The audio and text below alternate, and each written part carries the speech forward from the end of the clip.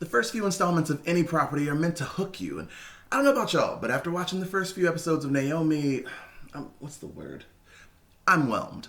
Before we get started, I'm Antonio Ache, and this is Comrom.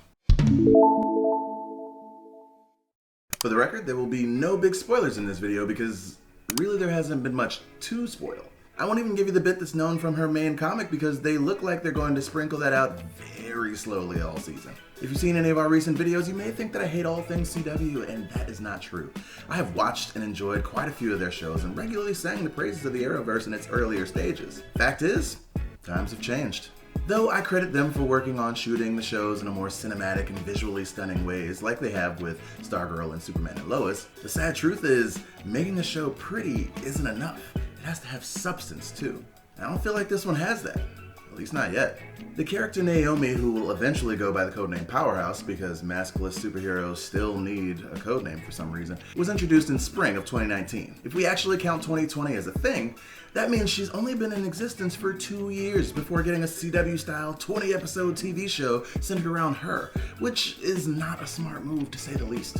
Also, her own comic was super short, and then she was thrown into the forefront of several other books with ensemble hero casts. So unless something changes drastically, it's going to be hard to truly tell most of her stories from the comics so far. Outside of the fact that I think this character doesn't really have the catalog to headline a show like this, one of my main worries for Naomi is that things in the Arrowverse seem to be moving backwards, and I think it'll hurt the series in the long run.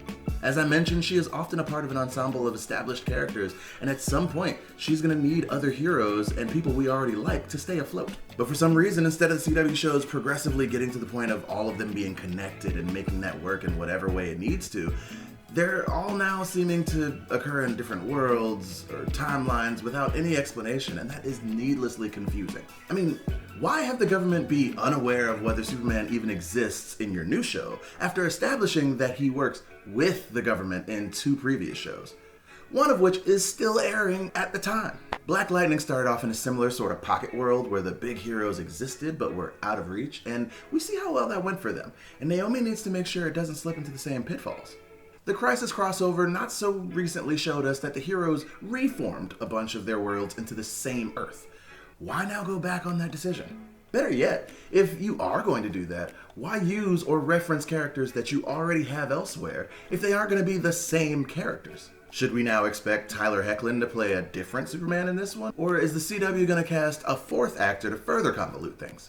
The DC Comics roster is large enough to swap in another hero so as not to confuse your viewers, but I doubt they're thinking that way. They used to, because back when the CW wasn't allowed to use Batman or Superman by name or image, Arrow and Flash adapted a few storylines from those characters for the characters they did have. Did it always go well? No. But the attempt is appreciated. Also, I know we're only a few episodes in, but at this point, even Batwoman had better development for their supporting characters. And y'all know how I feel about Batwoman. Currently, each person who isn't Naomi has like a max of 2 things we know about them, and usually that something is tied to her. Don't believe me? Let's break it down. D. Stoic tat shop owner who we haven't seen with a customer wants to help Naomi. Annabelle, main source of comic relief, wants to help Naomi. Mom, teacher maybe, wants to feed Naomi. Dad, military rando, wants to introduce Naomi to the rest of the cast in 7th Heaven. Lourdes, comic nerd, exotic love interest for Naomi. Anthony, uncool townie, 16 Candles style love interest for Naomi. Nathan, alpha male, traditional love interest for Naomi. Zumbato, total pedo vibes, all too obvious villain who mainly just stares at Naomi. You see what I mean? If we're not going to get a whole lot to dive into story-wise, at least get us well invested in these characters so that when things eventually do start happening, we will care all the more.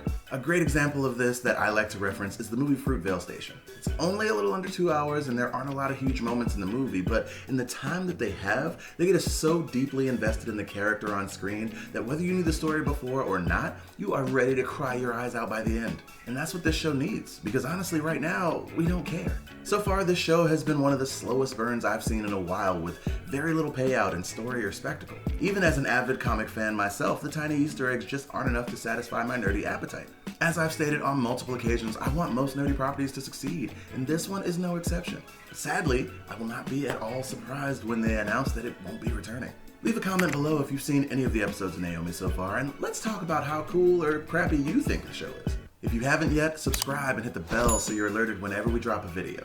So until the next time, when I'll probably be talking about Justice U or some other DC misstep until Moon Knight finally comes out, I've been Antonio Ache, and this has been Comro, where we do nerdy reviews with the occasional boost.